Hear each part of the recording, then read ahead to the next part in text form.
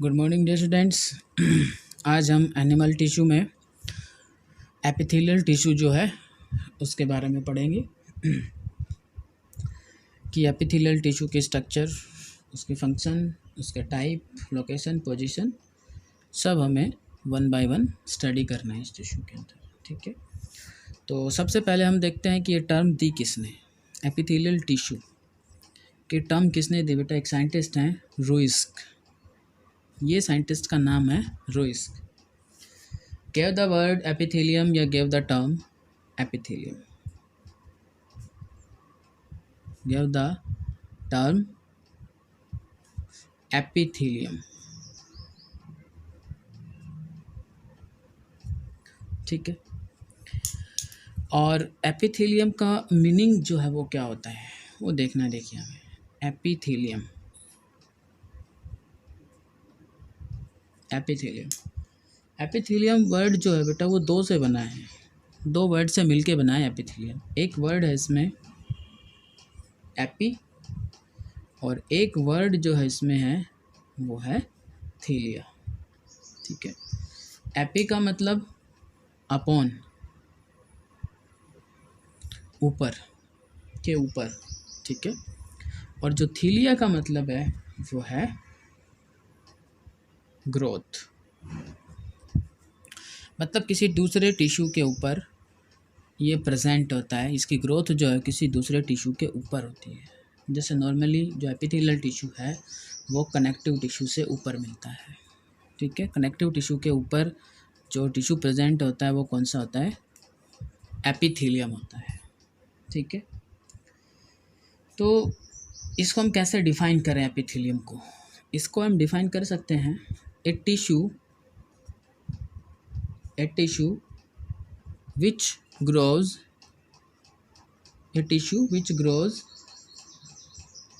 upon another tissue, a tissue which grows upon another tissue is called epithelium। ठीक है, एक वो tissue जो किसी दूसरे टिश्यू के ऊपर ग्रो करता है उसको हम एपिथेलियम बोलते हैं। ठीक है, या उसको हम एपिथेलियल टिश्यू बोलते हैं। ठीक है, एपिथेलियम के कैरेक्टरिस्टिक की बात करें बेटा हम, और तो एपिथेलियम जो है कैरेक्टरिस्टिक्स की अगर हम बात करें एपिथेलियम के, किसके क्या कैरेक्टरिस्टिक्स होंगे?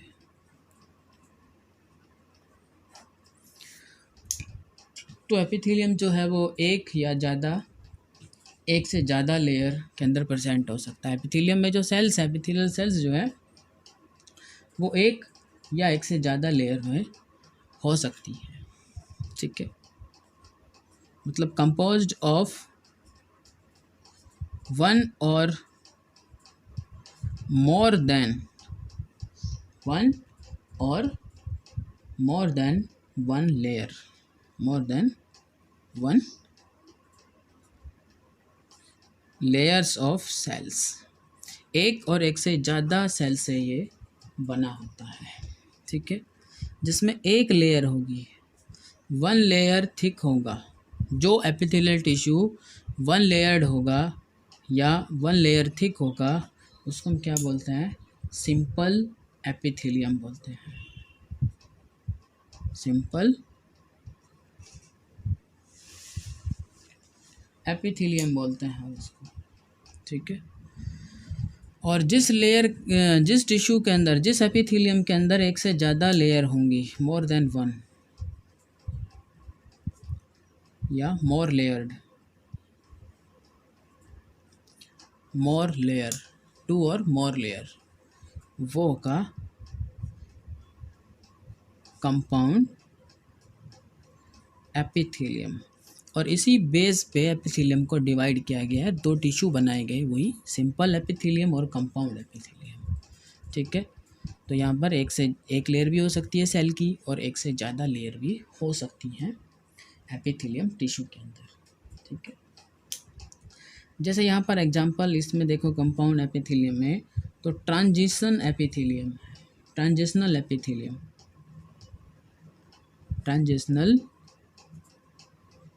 एपिथेलियम, ठीक है, ट्रांजिशनल एपिथेलियम।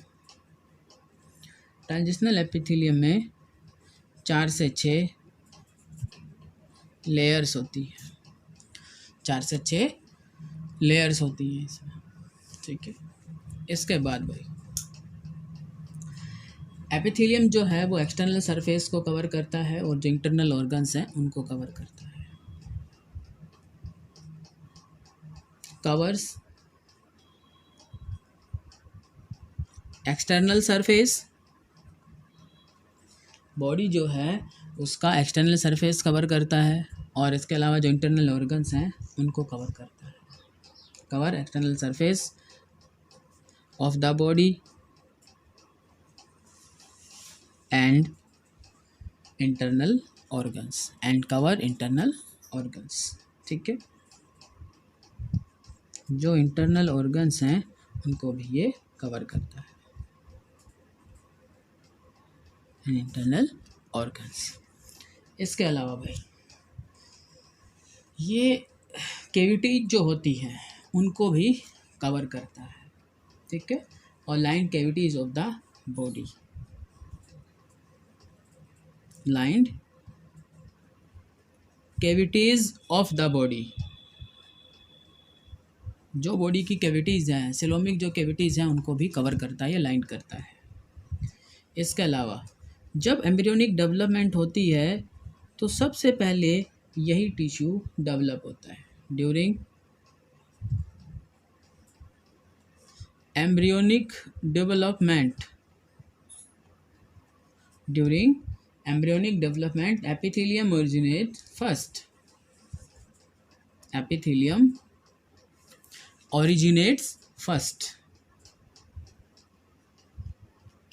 originates first, सबसे पहले यही डेवलप होता है। जब एम्ब्रियोनिक डेवलपमेंट होती है, जब टिश्यूज़ की फॉर्मेशन होती है तो सबसे पहले जो है वो एपिथेलियम टिश्यू है वो बनता है। उसके बाद फिर दूसरे टिश्यूज़ जो है वो बनना स्टार्ट होता है। इसके अलावा भाई इसके ओरिजिन की बात करें हम कि ये टिश्यू कौन सी जर्म लेयर से ओरिजिन हुआ है, इसका कौन कौन सी जर्म लेयर से बना है, ठीक है। और ये टिश्यू जो है एपिथेलियम जो है वो सभी सेल से originates from all the 3 germ layers, ठीक है। Originates from all the 3 layers, all the 3 germ layers, तीनों जर्म लेयर से ये डेवलप हुआ है। जैसे उसमें भी लिखा था मैंने, ये फिर लिख देता हूँ मैं थोड़ा अलग से। Epidermis arise from ectoderm, epidermis जो है सरफेस एपिथेलियम जो है वो किससे बना है, एक्टोडर्म से बना है। अराइज फ्रॉम एक्टोडर्म, ठीक है। इसी तरह से coelomic epithelium, coelomic epithelium arise from mesoderm, arise from mesoderm, ठीक है, मेसोडर्म से बना है। इसके अलावा epithelial lining of alimentary canal वो एंडोडर्म से डेवलप हुई है, ठीक है। Epithelial lining of alimentary canal, epithelial lining of alimentary canal, ठीक है। ये कौन सी जर्म लेयर से अराइज हुई है, कौन सी जर्म लेयर से डेवलप हुई है, फ्रॉम एंडोडर्म, फ्रॉम एंडोडर्म, ठीक है।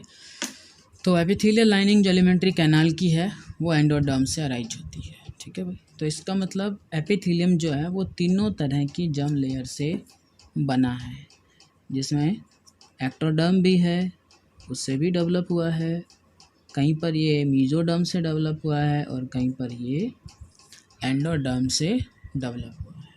ठीक है, इसके बाद भाई स्ट्रक्चर की अगर हम बात करें, इसमें स्ट्रक्चर कैसी होती है।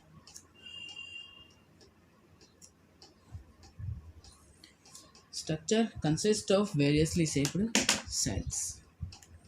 स्ट्रक्चर में हम बात करें तो एपिथेलियम जो है उसमें कई टाइप की सेल्स होती है। एपिथेलियम जो है उसमें कई शेप की सेल्स जो हैं वो प्रेजेंट होती है, और इन शेप जो है सेल की उसी के बेस पे इनको अलग अलग टाइप में डिवाइड भी किया है। Consist of variously shaped cells. ठीक है, कई शेप की सेल्स इसमें प्रेजेंट होती हैं। Consist of variously shaped cells, जैसे कुछ फ्लैट सेल्स होंगे डिस्क लाइक,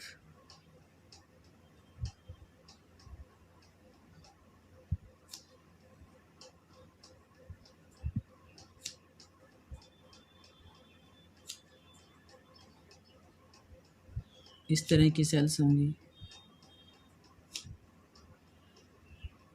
ठीक है, ये न्यूक्लियस होगा सबका।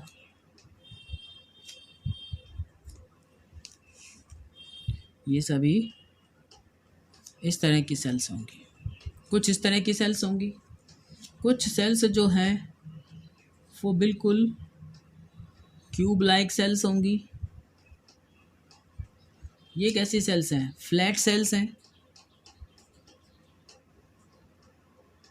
फ्लैट सेल्स या पॉलीगोनल सरफेस व्यू में देखें तो हम इस तरह की सेल्स होंगी, क्यूब सेल्स।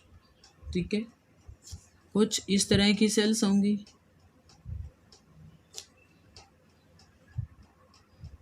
ठीक है, जिनको हम कॉलमनर सेल्स बोलेंगे। कॉलमनर सेल्स, तो ये अलग अलग शेप की सेल इसके अंदर हो सकती है, और इन शेप के बेस पे ही हम इस एपिथेलियल टिश्यू को डिवाइड करते हैं अलग अलग टाइप्स के अंदर। ठीक है, नेक्स्ट आगे देखते हैं बेटा, आगे देखते हैं। इसमें एपिथेलियल जो सेल्स होती हैं वो क्लोजली पैक्ड होती है।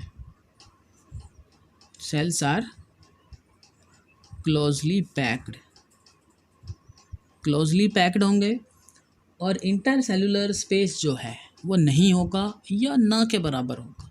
ठीक है, no intercellular space. Cells are closely packed, no intercellular space, कोई इंटरसेलुलर स्पेस नहीं होता है। ठीक है, इसके अलावा बेटा ये इसका एक फीचर हो गया है, एक करेक्टरिस्टिक हो गया है स्ट्रक्चर के अंदर ये कि सेल्स इसकी क्लोजली पैक्ड होती हैं, कोई इंटरसेलुलर स्पेस नहीं होता है। इसके अलावा जो सेल्स हैं एपिथेलियल टिश्यू की, जो दो सेल्स हैं उनके बीच में एडजेसेंट जो सेल्स हैं उनके बीच में एक सीमेंटिंग मटेरियल होगा। ठीक है, दो सेल्स के बीच में क्या होगा? एक सीमेंटिंग मटेरियल होगा, और एपिथेलियल टिश्यू जो है वो एक नॉन सेलुलर बेसमेंट मेम्ब्रेन के ऊपर रेस्ट करता है। ठीक है, rest on non cellular layer called basement membrane. Basement membrane. ठीक है, मतलब कि एपिथेलियल टिश्यू जो है वो एक नॉन सेलुलर लेयर होती है जिसको बेसमेंट मेम्ब्रेन हम बोलते हैं, उसके ऊपर प्रेजेंट होता है ये। ठीक है, उसके ऊपर टिका होता है। तो हम एक बार डायग्रामेटिकली देख लेते हैं इसको।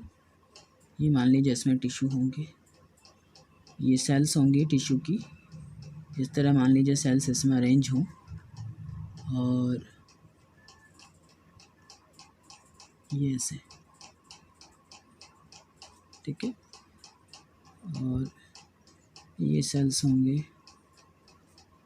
इस तरह से ये न्यूक्लियस होगा इन सेल्स का, ठीक है। ऐसे ये सेल्स अरेंज होंगे ऐसे, और यहाँ पर भाई नीचे, यहाँ इसके नीचे एक नॉन सेलुलर लेयर प्रेजेंट होगी जिसको हम बेसमेंट मेम्ब्रेन बोलेंगे।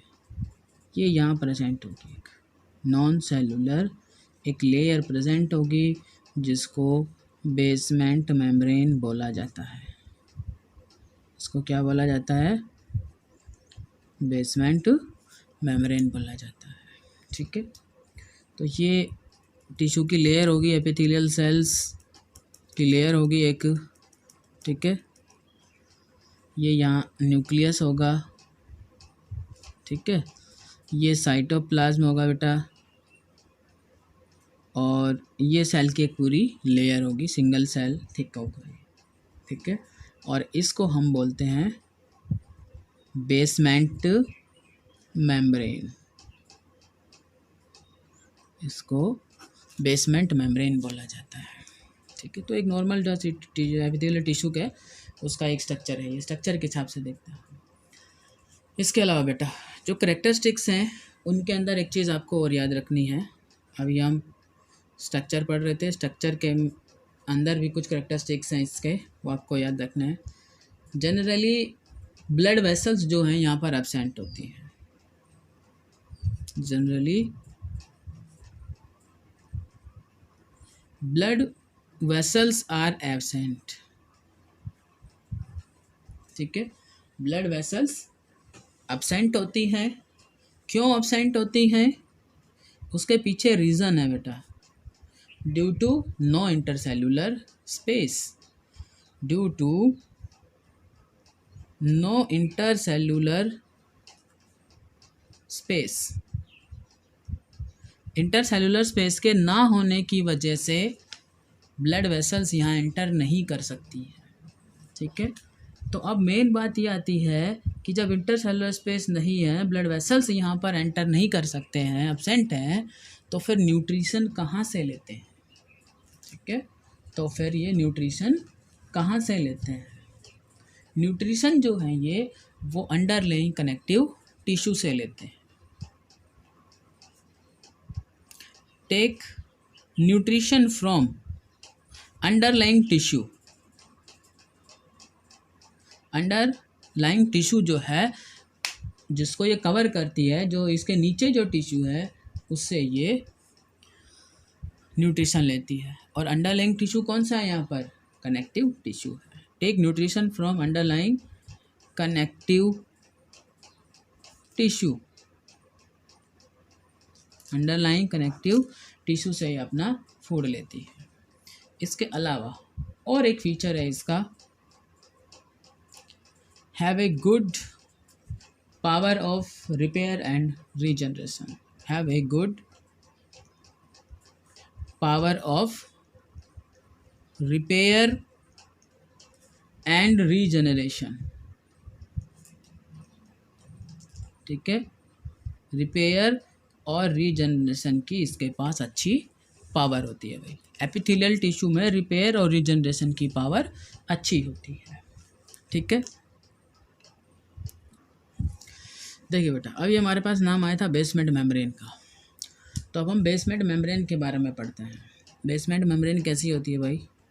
नॉन सेलुलर होती है, मतलब ये लेयर किसी भी सेल की नहीं बनी होती है, लेकिन सेल के द्वारा सिंथेसाइज केमिकल्स की बनी होती है।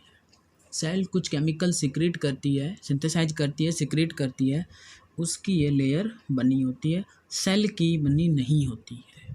बेसमेंट मेम्ब्रेन सेल की नहीं बनी होती है, इसलिए हम इसको लिखते हैं नॉन सेलुलर, ठीक है। बेसमेंट मेम्ब्रेन जो है उसमें दो लेयर होती है।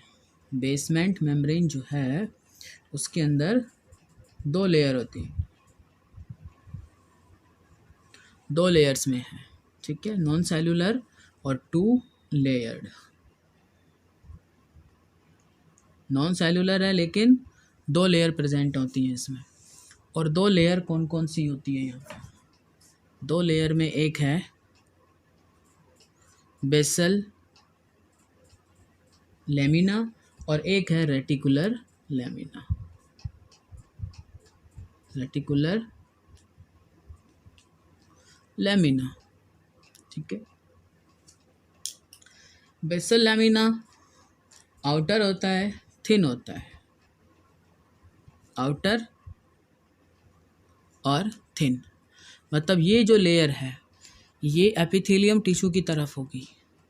ये जो लेयर होगी बेसमेंट मेम्ब्रेन की बेसल लेमिना वो एपिथेलियल टिश्यू की तरफ होगी, ठीक है। आउटर लिखा है, आउटर से मतलब यहाँ पर ये एपिथेलियल टिश्यू सॉरी ये बेसमेंट मेम्ब्रेन और इसकी ऊपर वाली ये आउटर पार्ट होगा उसका, और ये किसकी तरफ होगा? एपिथेलियल टिश्यू की तरफ होगा, ठीक है। आउटर है, थिन है, जबकि रेटिकुलर लेमिना जो है वो इनर है, थिक और फाइबरस है। ये तीन चीज़ें इसके करेक्टरिस्टिक में। इनर है ये आउटर है तो ये इनर है, ये थिन है तो ये कैसी है? ये थिक है, और उसके अलावा ये जो लेयर है वो कैसी है? फाइबरस है, ठीक है। प्रोटीन के फाइबर इस लेयर में प्रेजेंट होंगे, फाइबरस है ये लेयर। सीक्रेटेड बाय एपिथेलियम, इस बेसल लेमिना को कौन सीक्रेट करता है? सीक्रेटेड बाय एपिथेलियम, ठीक है, सीक्रेटेड बाय एपिथेलियम। और रेटिकुलर लेमिना जो है ये कौन सीक्रेट करता है? Secreted by underlying connective tissue. जो टिश्यू कवर्ड है ऊपर से एपिथेलियम से, जो एपिथेलियम के नीचे है वो टिश्यू, कनेक्टिव टिश्यू इस रेटिकुलर लेमिना को सीक्रेट करता है। मतलब उस कनेक्टिव टिश्यू की सेल्स इस रेटिकुलर लेमिना को बनाती है, ठीक है। Secreted by underlying connective tissue.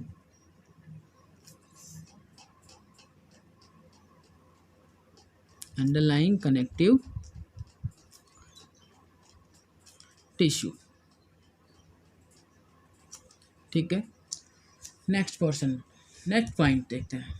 Composed of, किस किस चीज़ से बना है ये बेसल लेमिना जो बना है, ठीक है, वो किस किस चीज़ से बना है? Composed of mucopolysaccharide and glycoproteins. Mucopolysaccharides and glycoproteins.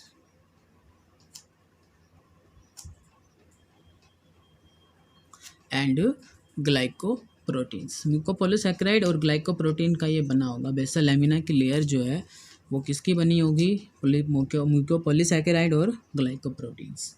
Mucopolysaccharide जिसमें म्यूकस और कार्बोहाइड्रेट, ठीक है, वो प्रेजेंट होंगे। पॉलीसैकेराइड क्या है? कार्बोहाइड्रेट है। कोई भी एक पॉलीसैकेराइड इसके अंदर प्रेजेंट होगा, म्यूकस होगा, ठीक है। इसके अलावा रेटिकुलर लेमिना जो है वो किसका बना होगा? composed of collagen fiber and glycoprotein. Collagen protein and glycoprotein. Collagen fiber लिख देते हैं, प्रोटीन की जगह में फाइबर लिख देते हैं। कोलागन प्रोटीन के फाइबर होंगे, कोलागन फाइबर एंड ग्लाइकोप्रोटीन, उनसे ये बना होगा, ये लेयर जो है वो बनी होगी, ठीक है। तो ये तो हुए कुछ इसके करेक्टरिस्टिक्स। कोलागन फाइबर और ये ग्लाइकोप्रोटीन, इनसे ये बना। इसके बाद नेक्स्ट एक छोटा सा टॉपिक और बचा इसका, बेसमेंट मेम्ब्रेन का फंक्शन देखते हैं।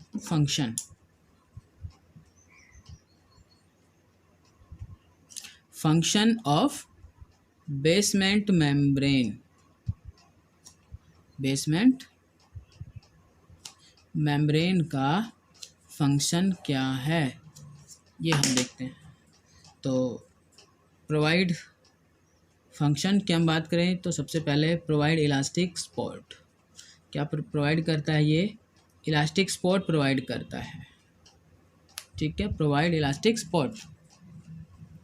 इसके बाद दूसरा इसका फंक्शन जो है उसमें ये सेलेक्टिव डिफ्यूजन का बैरियर की तरह काम करती है, acts as selective diffusion barrier, selective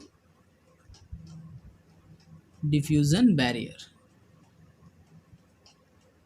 selective diffusion barrier की तरह ये काम करती है।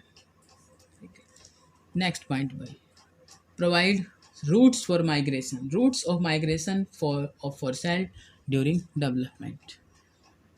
सेल की माइग्रेशन के लिए भी डेवलपमेंट के टाइम पे ये रूट प्रोवाइड करता है, एक तरह से पैसेज प्रोवाइड करता है, प्रोवाइड रूट ऑफ माइग्रेशन, ठीक है, route of migration for cell during